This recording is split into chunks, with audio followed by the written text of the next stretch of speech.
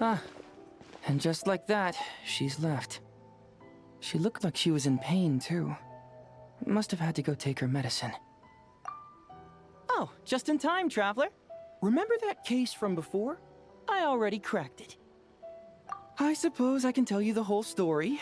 You look like you might explode from curiosity otherwise. She probably won't come after me for leaking the case details. In short, the culprit was a student who frequented secondhand bookshops. Too poor to buy books, he'd just read them on sight. One day, he wrote a letter confessing his love to the girl he admired in secret and planned to slip it into her desk. But in the end, shyness got the better of him, and he retrieved it unopened. Dejected, he began to head back home. And on the way, he wanted to crumple the letter into a ball and toss it, but couldn't bear to do that either, so he began mindlessly fanning himself with it. Just then, he passed by a second-hand bookshop. So to distract himself from his problems, he decided to head in and finish the novel he'd started reading a few days earlier.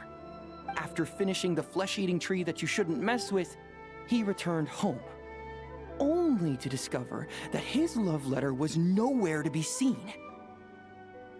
Exactly. He had accidentally used his love letter as a bookmark while reading. By the time he realized his mistake and returned to retrieve it, he found that the book had already been sold, and the shopkeeper couldn't recall the buyer's name. The poor kid must have been driving himself crazy, thinking, if anyone reads that, I'm done for. I've got to get it back, no matter what. Desperate, he turned to the modus operandi he'd read about in that same crime novel to retrieve it. I don't know if it's because he's actually really talented due to the book's meticulous and detailed descriptions, or maybe because Inazuma City's been so safe lately that nobody bothers with basic precautions. But he succeeded. He used the criminal techniques in the book to conduct numerous break-ins and threw all of Hanamizaka into chaos. As the case was initially pretty minor, only the Doshin were assigned to the case at first. But as investigations stalled out, the public got more and more restless. So, Madame Kujo-Sara assigned me to take charge. Fortunately, it wasn't too complicated. And as for the process, well, I'd say things went pretty smoothly.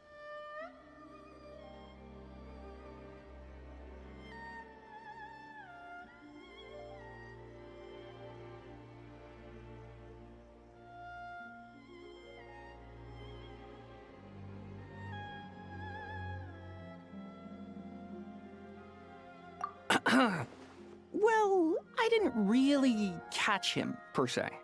One of the Doshin from the station bought a copy of The Flesh-Eating Tree That You Shouldn't Mess With. He was going on about how, I gotta see for myself how good a book that can make a criminal willing to risk it all is. And when he opened it, the letter just fell out. After reading this baffling love letter, everything clicked.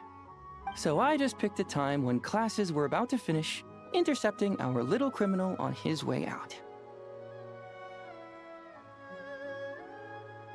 Of course he did. Turned tail and was about to bolt the second he saw me. So I just said, if you run, I'll show this letter to the desk mate you have a crush on. No sooner had I finished speaking than he meekly surrendered. It was a bluff.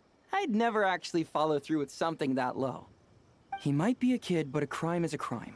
And crimes come with consequences. He'll have to take responsibility and pay all the restitution required. That's why I say that crime novels that romanticize crime end up desensitizing people to it. Something like this isn't really illegal, right? No harm, no foul, it's no big deal. Once ideas like that start worming into people's minds, they might unknowingly turn into fools who cross the line. Traveler, do you think like that? Really? It's okay if you do. It's only a crime if you act on such thoughts, after all. Oh, would you look at the time? I should head back to the station. The pile of cases on my desk isn't going to solve itself. After a debacle like this, I'm sure it won't be long before Madame Kujo takes us all on another public safety lecture tour. Oh, Let's just hope we don't have any idiot copycat criminals. Otherwise, overtime beckons. Again.